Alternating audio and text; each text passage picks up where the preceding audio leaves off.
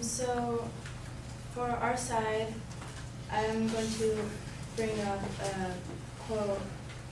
Since he talked about how Rosa Parks, who was a famous civil rights leader, was for affirmative action, another famous civil rights activist, Dr. King, said back in 1960s, Dr. King understood the vulnerability of today's affirmative action. Many white workers whose economic condition is not too far removed from the economic conditions of his black brother will find it difficult to accept special consideration to the Negro in the context of unemployment, joblessness, etc., and does not take into sufficient account their plight, that of the white worker. So basically, what affirmative action does is that it makes it unfair against white disadvantaged people who are just as disadvantaged as their minority counterparts. Also, affirmative action today is not used for what it was meant to back in that time. According to ballotpedia.org, the use of affirmative action programs was initially intended to be temporary. However, over time, the goals of affirmative action policies shifted from equality of opportunity to the achievement of equal representation and outcomes for minorities at all levels of society, a more ambiguous target.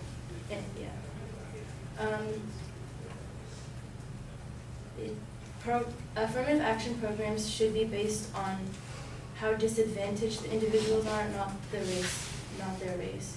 According to a New York Times article by David Leonhardt, the decision to emphasize diversity over fairness is one that affirmative action proponents made, and it is a big reason they find themselves in such a vulnerable position today.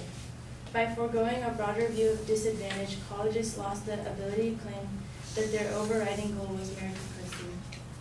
Institutions using affirmative action could not claim to be bringing everybody, rich and poor, white and black, native and immigrant, up to the same starting line.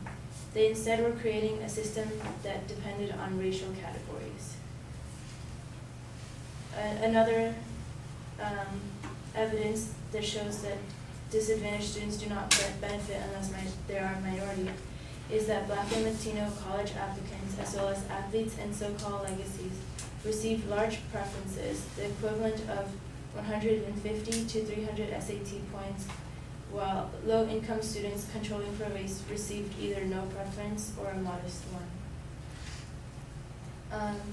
And the students who do get accepted do not actually thrive in these colleges if they get in based on race rather than merit, according to the Mismatch Effect. According to Ballotpedia, the mismatch effect refers to the theory that when an elite school extends a large preference to a student due to his race, athletic ability, or connection to alumni, that student is less prepared for the rigor of the classes and suffers academically, though the student would perhaps thrive at a somewhat less elite school more closely matched to their abilities. Prop 209 is an example of how getting rid of affirmative action can be very successful. According to Cal State EDU, the Prop 209 handbook, Prop 209 passed by California voters in November 1996 amended the California Constitution to prohibit the granting of preference in public employment, public education, and public contracting to any individual or group on the basis of race, sex, color, ethnicity, or national origin is illegal discrimination.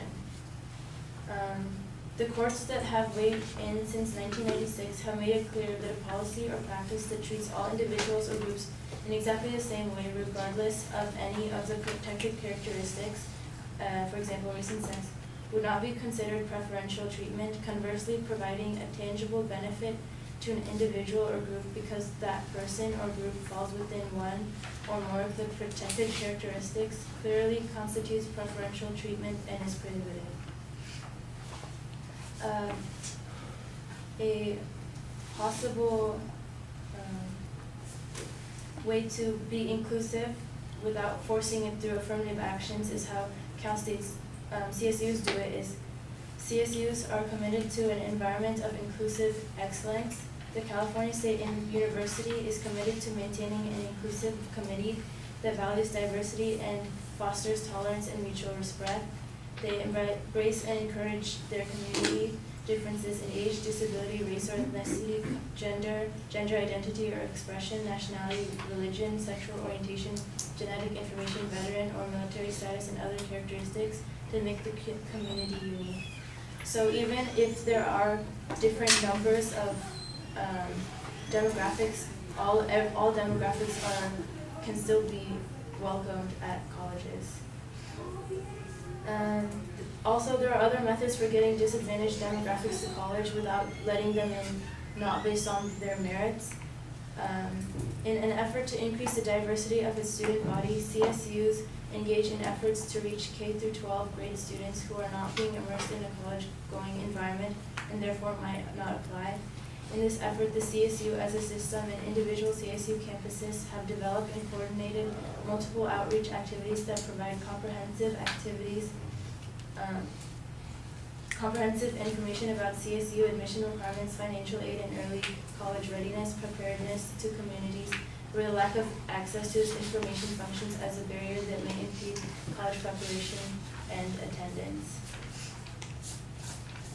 Also, while African American enrollment rates might have dropped at UC Berkeley, the graduation rates were increased. According to Erin Hadley of the Pacific Legal Foundation, the Black graduation rate at Berkeley for the freshman class entering in 1998 after the passage of Prop 209 increased 6.5%, meaning that while the enrollment rate was lower, the graduation rate did increase, which means that they got more sick, which is what colleges want. It's not important if you get accepted into college if you don't.